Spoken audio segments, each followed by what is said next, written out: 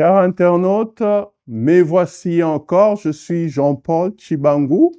Je viens avec vous dans le cadre de l'émission Cœur et Partage de DTN pour continuer notre thème de la dernière fois. Nous sommes en train de parler de bénéfices du salut en Jésus-Christ. Nous avons vu la dernière fois pourquoi l'humanité a-t-elle besoin du salut en Jésus-Christ. Et si vous avez été nombreux à nous suivre et avoir donné votre vie à Jésus-Christ, ou même vous qui avez déjà Jésus-Christ en vous, nous allons continuer notre voyage aujourd'hui. Je souhaiterais que nous puissions répondre à la question de quel péché Dieu pardonne-t-il lorsque nous donnons notre vie à Jésus-Christ et combien de péchés et quel est l'impact du pardon de péché dans notre vie. Si nous lisons ensemble, j'aimerais qu'on lise ensemble Colossiens 1:12.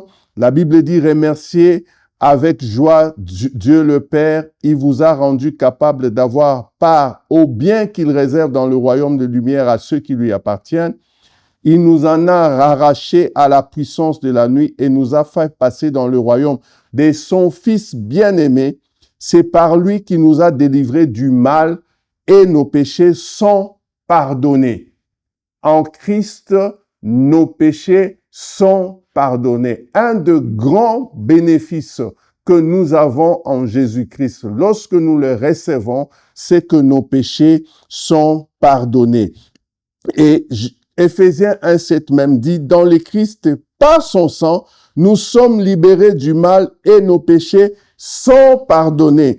Tellement la bonté de Dieu est grande. Quel privilège! Imagine que tu as été meurtrier, que tu as commis des péchés que je ne citerai pas. Et aujourd'hui, puisque tu es à Christ, la Bible dit, tes péchés sont pardonnés en Christ.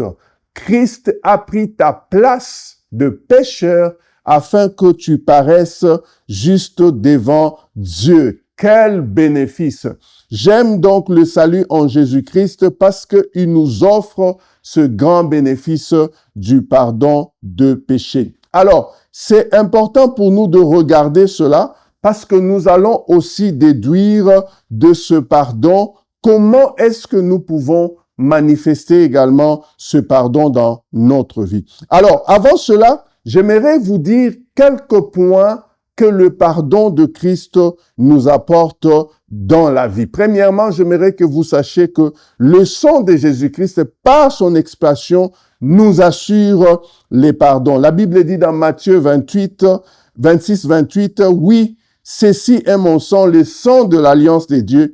Il est versé pour un grand nombre de gens pour le pardon de péché. » Donc, le sang de Christ nous assure les pardons de péché. Deuxièmement, le pardon de Dieu nous couvre et nous protège. En Christ, les pardons qui nous garantit, non seulement il nous couvre, mais il nous protège. Psaume 32, verset 1 dit, « Bienheureux celui dont la transgression est pardonnée et dont le péché est couvert. » C'est comme si Dieu prend par son sang, il couvre ton péché. Romains 4:7 dit, « Bienheureux sont dont les iniquités ont été pardonnées et dont le péché ont été couverts. » Troisièmement, les pardons nous redonnent une vie juste devant Dieu. Dieu ne s'assure pas seulement de te couvrir, de couvrir tes péchés, mais il s'assure aussi que tu parais devant lui juste. Ésaïe 1:18 dit, « Venez et plaidons, dit l'Éternel, si vos péchés sont comme les cramoisis, ils deviendront blancs comme la neige.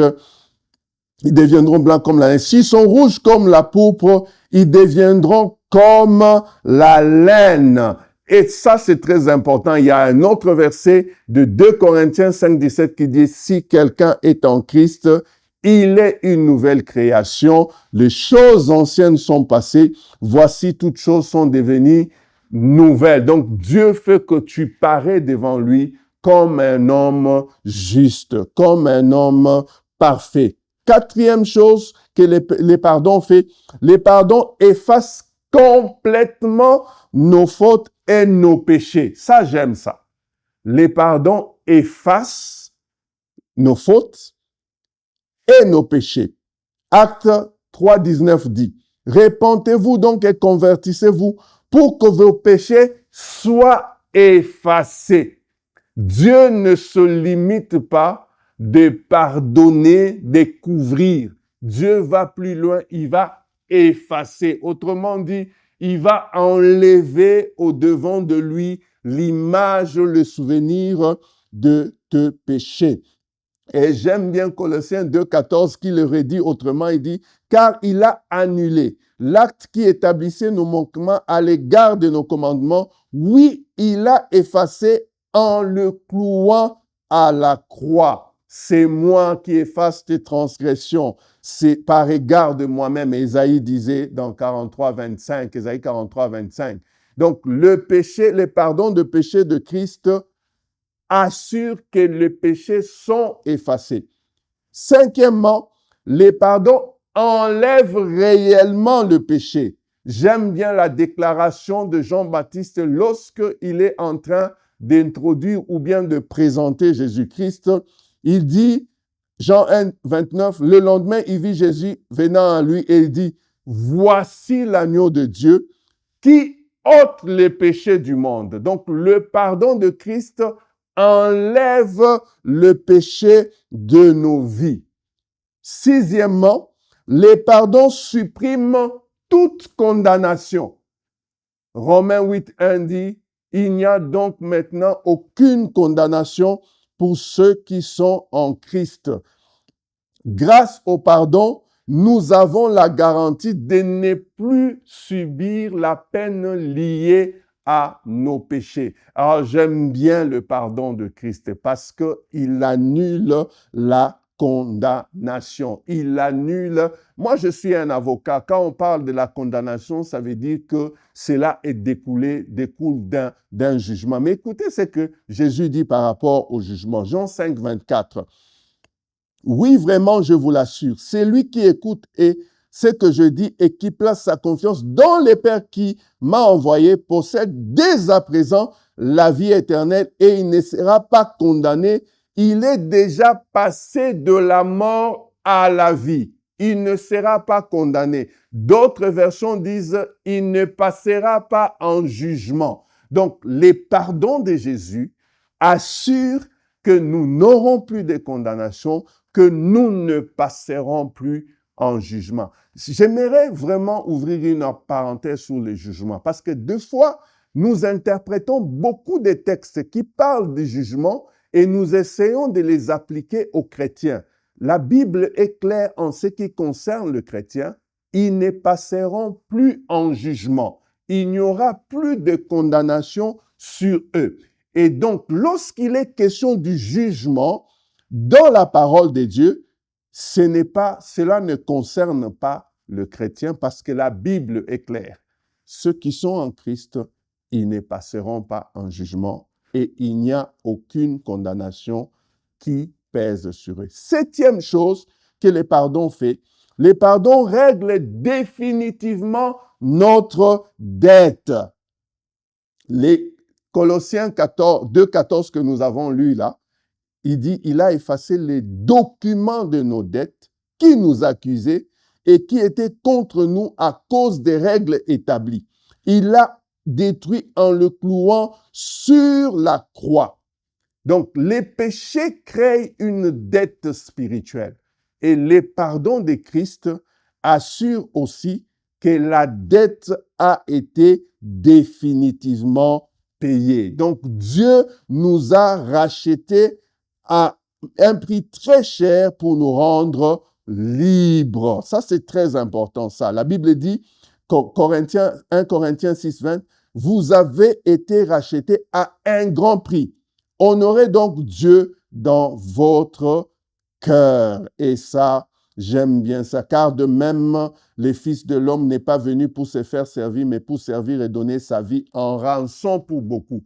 Autrement dit, Christ a payé notre dette et cette dette a été payée et Dieu l'assure par le pardon qu'il nous offre en Christ.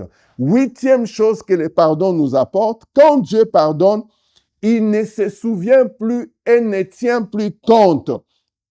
L'effacement de nos péchés signifie aussi que Dieu ne se souvient plus. Et j'aime le verset d'Ésaïe 43, 25 qui dit « Mais c'est moi qui efface les transgressions, par égard à moi-même, je ne tiendrai plus compte de tes péchés. » Il y a même des versions qui disent « Je ne prendrai plus en considération tes péchés. » Quand Dieu te pardonne, non seulement il efface, mais aussi il ne tient plus compte de tes péchés. J'ai l'habitude de dire, même s'il arriverait à Dieu de se souvenir, il n'en tient plus compte. Mais la Bible dit au sujet de souvenirs aussi, il dit, je ne me souviendrai plus de vos péchés.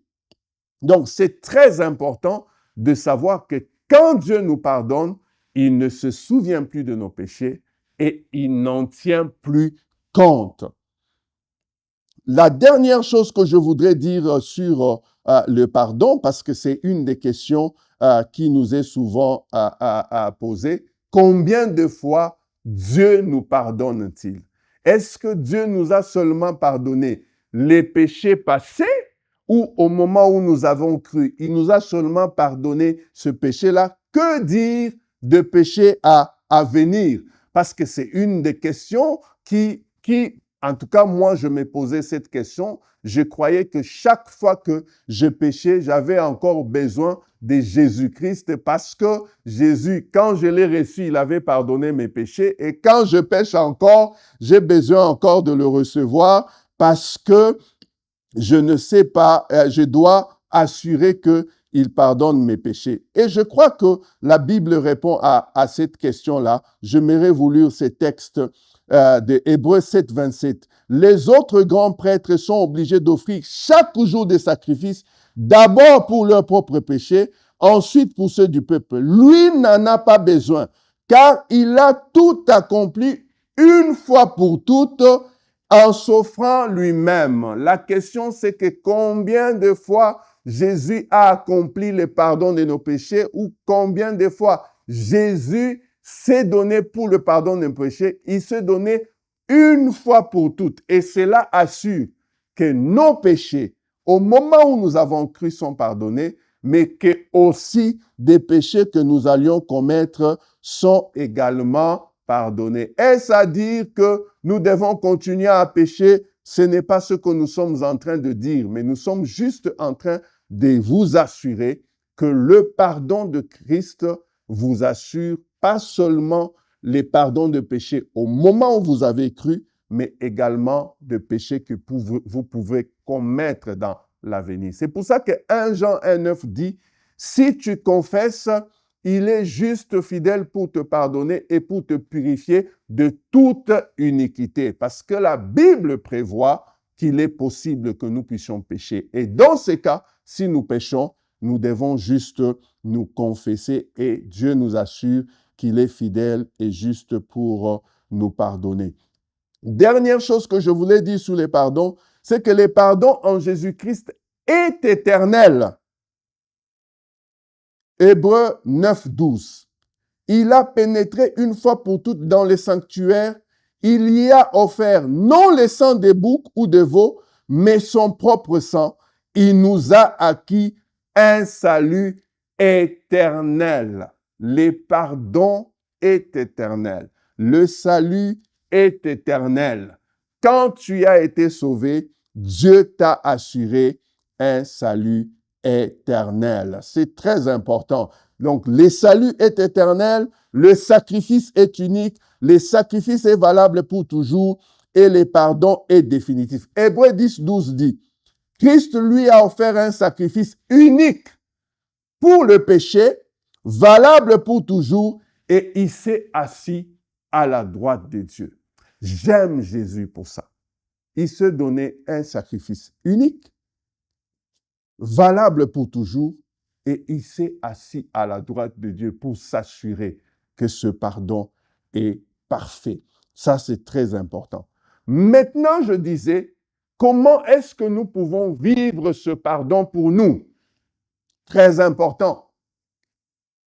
Si nous avons été bénéficiaires du pardon de Jésus-Christ, nous devons aussi nous assurer que ce pardon, nous l'offrons aussi aux autres. Éphésiens 4,32 dit, « Soyez bons les uns envers les autres, compatissants, vous pardonnant réciproquement comme Dieu vous a pardonné en Christ. »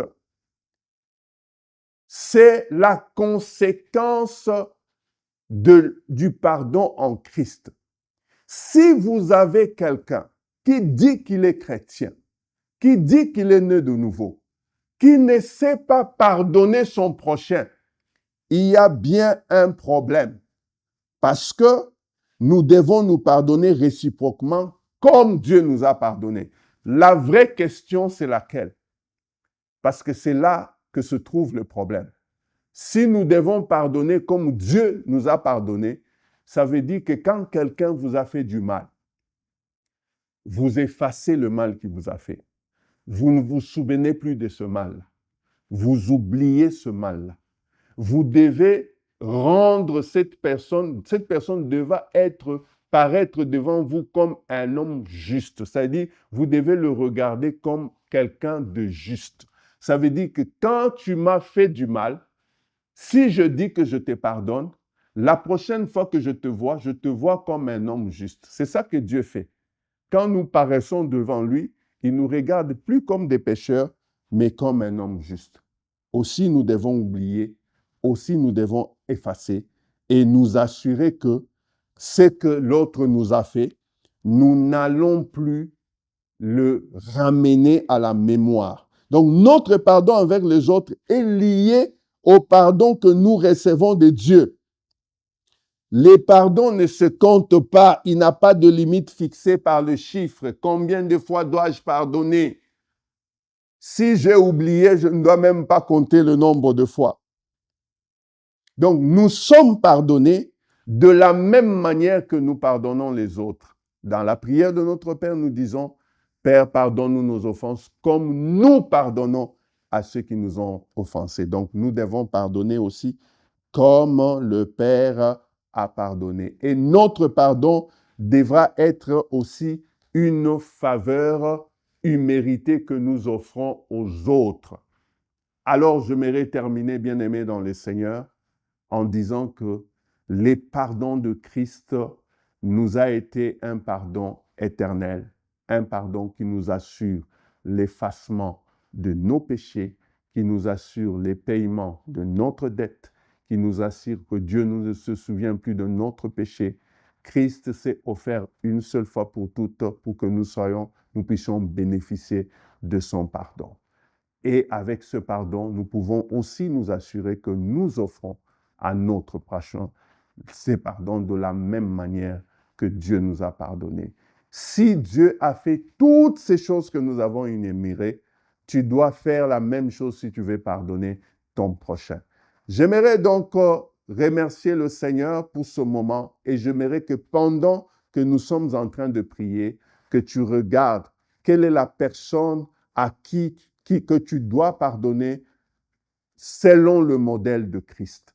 Ça veut dire effacer, oublier, ne pas se souvenir, présenter cette personne, s'assurer que cette personne, vous la regardez comme une personne juste.